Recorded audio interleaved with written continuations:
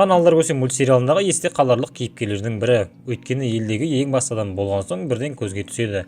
Егер қарақшылар жайлы видеода айтылатын нәрселер қатты көп болмай қалса, хан жайлы айтатын әңгіме жетерлік. Себебі ол аз емес 17 серияда көрсетілген. Бұл дегеніміз шамамен бір маусымдық мультсериалдың уақыты. Осылай көп шыққанына қарап, сюжеттік маңызы бар кейіпкер десек болады. Әрине алдар мен байға жетпейді, бірақ басқалардан қарағанда жоғары. Бәріне сәлем, сіздермен бірге Нуар кезет. Бүгін антагонист, яғни алдардың тағы бір қарсыласын талдайтын боламыз. Негізі заң бойынша көп туындыда басты кейіпкер әрқашан жеңе береді, ал оның қарсыластары соңында жеңіліске ұшырайды. Бірақ әдетте жауыздың қаншалықты басты кейіпкерге қиындық тудыратыны бізге қызық. Өйткені бірден жеңілмей тең дәрежеде қарсылық болғаны дұрыс. Сол себепті авторлар кейбір эпизодтарда алдардың жеңілейін деп қалған сәттерін қосқан. Егер ханға келсек, әрине көп жағдайда алдар одан қулығын асырады. Бірақ дегенмен кейбір серияларда хан оны тығырыққа тірейді. Мысалы, сиқырлы кесе бөлімінде алдар ханның жоғалған зүбәжатын таба алмай әлек болады. Соңғы сәттерде оны құтқарған тек кездейсоқтық қана. Асыл тас тұрлаған қызметкерлер екен, егер олар тас әкелмегенде алдармен қош айтысушы ек. Бірақ хан тек алдарға қарсы шыға бермейді, оның өзінің жеке оқиғалары да бар. Мысалы, бейшара болып киініп әзірлет сынауы және тағы бір серияда шахмат ойынына қатысуы секілді. Ханның дизайны жақсы жасалған, киімі, басындағы қалпағы, ерекше оюларынан бірден жай адам емес екені байқалып тұрады. Сауытының ортасындағы белгі хандықтан әрі әскерден екенін білдіреді. Батырларда да бұндай белгі бар. Бұдан бөлек оның қызыл киімі бар. Егер бірінші киімі соғысқа белгілі бір істерге арналса, қызылды көбіне күнделікті өмірде тыныш кездерде киеді. Және бұл киім бай көрінеді. Бірінші пайда болған сәтінде бұл адаммен әзілдесуге болмайтындай көрсетілген. Онымен тек бір адам ғана әзілдесіп, батылдық танытып сөйлесе алады. Кім екенін біліп тұрған шығарсыздар. Дене бітімі арық та, семіз де емес, шымыр келген, басқалардың жанында жүрсе бірден аурасымен ерекшеленіп тұрады. Хан қанша қатал болса да күлгенде масаттанып күледі, және оның күлкісінде басқаларды менсінбеушілік айқын шығады, тура мінезіне сай.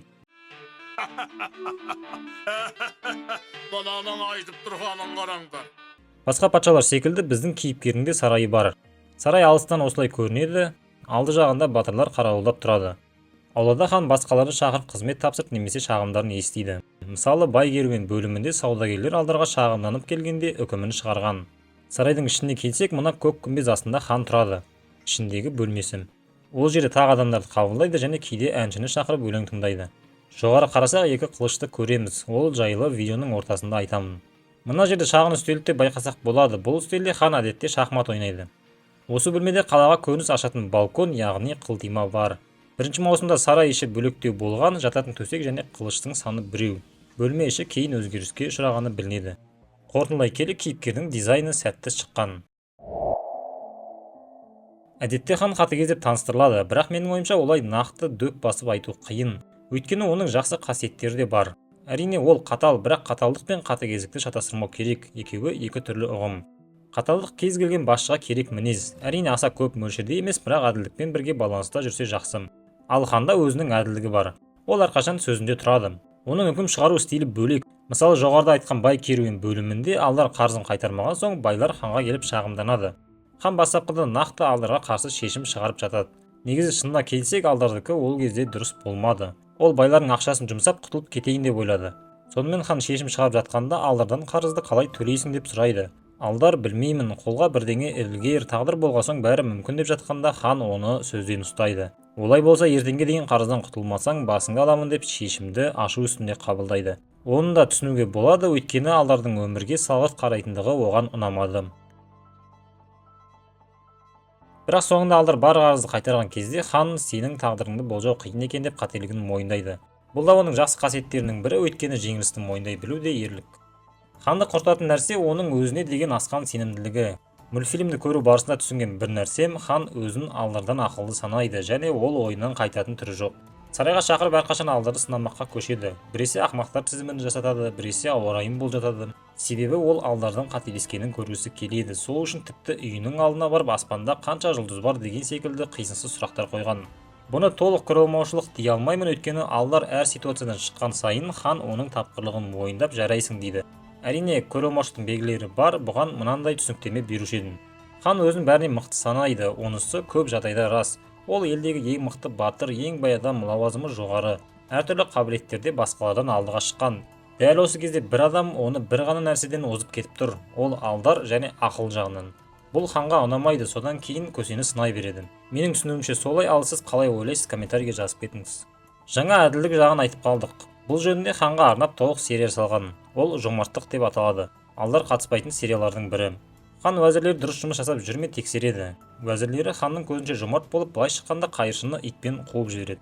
Айтпақшы, ит демекші, ханның сарайында иттер бар. Білмеймін, бұл информация кімге қызық. Содан кейін кедейдің үйіне барғанда кедей оған қонақжайлық көрсетеді. Сосын ақырында хан оған қойдың алтын көшірмесін сыйға тартады.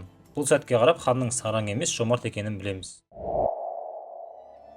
Күш жағынан хан өте мықты. Алдар көсе ханды солай емдепті эпизодында оны бұрын аты шыққан жауынгер болған деп айтады. Мықты болғаны сонша ол талай елді жаулаған. Және өз елін ешкімге бермей әскерінен алынбайтын қамал жасады. Яғни жеке дара батыр ретінде де мықты, көш басшы ретінде де осал емес. Бағана айтқан екі қылыш ханның шайқастарда, жорықтарда жеңгенін ескертіп тұрады. Және билік пен күшті білдіреді. Патша өз жерін қорғай алады деген сөз. Сарайдың ішінде болса да әрқашан аяқ астынан шыққан шайқастарға дайын, әр кезде жауынгер болып қалады. Бұдан бөлек алтын түстес қынаптарды көреміз, бәлкім толық алтыннан да жасалуы мүмкін, ол байлық және статусты білдіретіндей.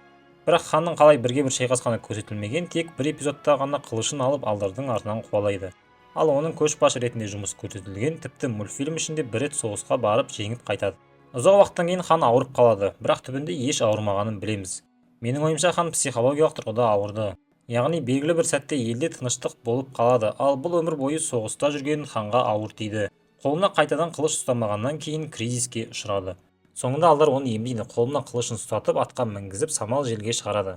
Бұл жайлы Хомер Прайстың ойы бар. Оның ойынша ханның қайта-қайта бас алғысы келе беретіні, алдарға қарсы шығатыны осы көп шайқасқа қатысқандығының әсерінен.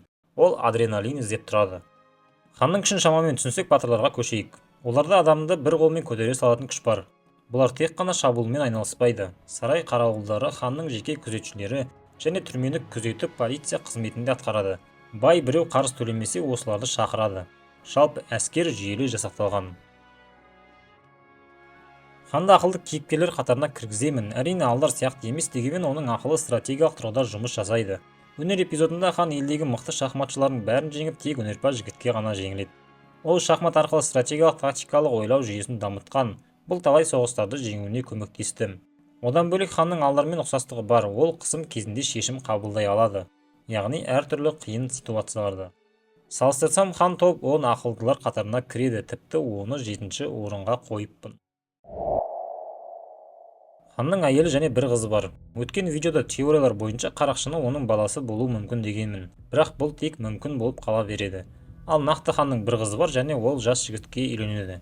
Отбасы жайлы көп мәлімет жоқ, тек оларға қарапайым жұртпен сейіл құруға болмайды делінген. Және екеуі алдарға күл үшін алтын төлейді. Бұдан бөлек ханның атасы жайлы айтылып қалады, оның Зүбәржаты ханға мұра болып қалған. Қорытындыға келмес бұрын Telegram каналым жайлы айта кетейін. Егер қосымша контент керек болса, сол жаққа жазылайық. Және видеолардың қашан шығатыны жайлы да сол жақтан біле аласыздар.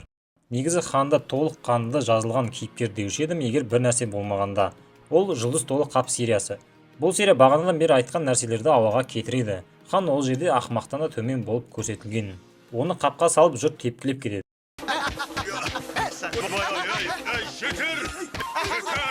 Неліктен бұндай кейіпкер төмендеп тастағандары түсініксіз.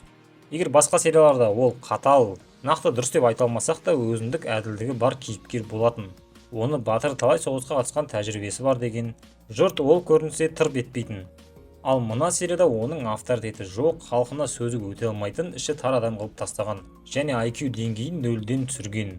Бір сөйлеммен айтқанда, бұл серия алдар көсенің ең нашар деген бөлімдеріне кіреді. Қорытындылай келе, жаңағы Жұлдыз толы қапты есептемегенде хан кейіпкер ретінде өте сәтті шықты. Оның кәдімгі адамдар секілді жақсы әрі жаман тұстары бар. Ол осысымен қызық. Бұдан бөлек хан жайлы көп теориялар бар, бірақ олар жайлы басқа кезде айтармын. Егер видео ұнаса, арнаға жазылмағандар болса жазылып кетейік. Соңына дейін көргендерге көп рахмет.